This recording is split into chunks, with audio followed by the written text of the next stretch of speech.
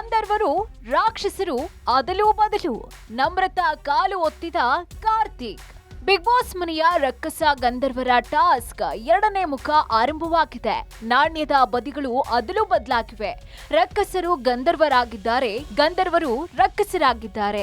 ಈ ಅದಲು ಬದಲಿನ ಆಟದ ಪರಿಣಾಮ ಏನಾಗುತ್ತೆ ಅನ್ನೋದು ಊಹಿಸಿಕೊಳ್ಳೋದಿಕ್ಕೂ ಅಸಾಧ್ಯ. ನಿನ್ನೆಯಿಂದ ಸಂಗೀತ ತಂಡದ ಸದಸ್ಯರು ರಕ್ಕಸರಾಗಿ ಇಡೀ ಮನೆಯಲ್ಲಿ ಮೆರೆದಾಡ್ತಾ ಇದ್ರು. ವರ್ತೂರು ತಂಡದ ಗಂಧರ್ವರು ಬಗೆ ಬಗೆಯಾಗಿ ಗೋಳು ಹಿಕ್ಕೊಳ್ತಾ ಇದ್ರು.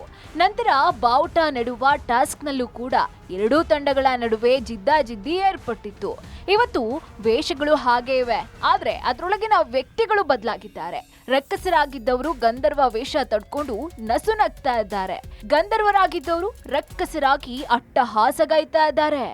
ಎಸ್, ವರ್ತೂರು ತಂಡದ ಸದಸ್ಯರು ನಿನ್ನೆ ಅನುಭವಿಸಿದ ಅವಮಾನ, ನೋವುಗಳನ್ನೆಲ್ಲ ಬಡ್ಡಿ ಸಮೇತ ತೀರಿಸಿಕೊಳ್ಳೋದಿಕ್ಕೆ ಹೊರಟಂತೆ ಕಾಣಿಸ್ತಾ ಇದೆ.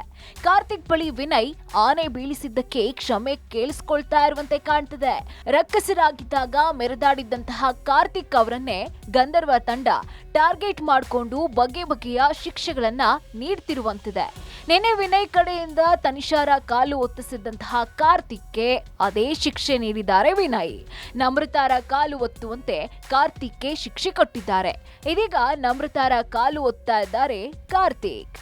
ಎಸ್, ಗಂಧರ್ವರ ವೇಷದಲ್ಲಿದ್ದಂತಹ ವಿನಯ್ ಹಾಗೂ ತುಕಾಲಿ ನಿನ್ನೆಯಷ್ಟೇ ಪ್ಲಾನ್ ಮಾಡ್ಕೊಂಡಿದ್ರು.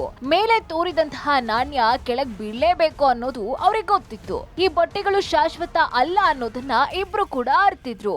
ಈಗ ಬಟ್ಟೆಗಳು ಬದಲಾಗಿವೆ.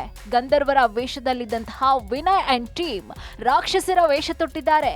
ನಿನ್ನೆ ರಾಕ್ಷಸರು ಏನೆಲ್ಲ ನಮ್ಗೆ ತೊಂದರೆ ಕೊಟ್ಟಿದ್ದಾರೋ ಇವೆಲ್ಲದಕ್ಕೂ ಉತ್ತರ ಕೊಡೋದಿಕ್ಕೆ ಸರ್ವ ಸಿದ್ಧತೆಯನ್ನ ನಡೆಸ್ಕೊಳ್ತಾ ಇದ್ದಾರೆ.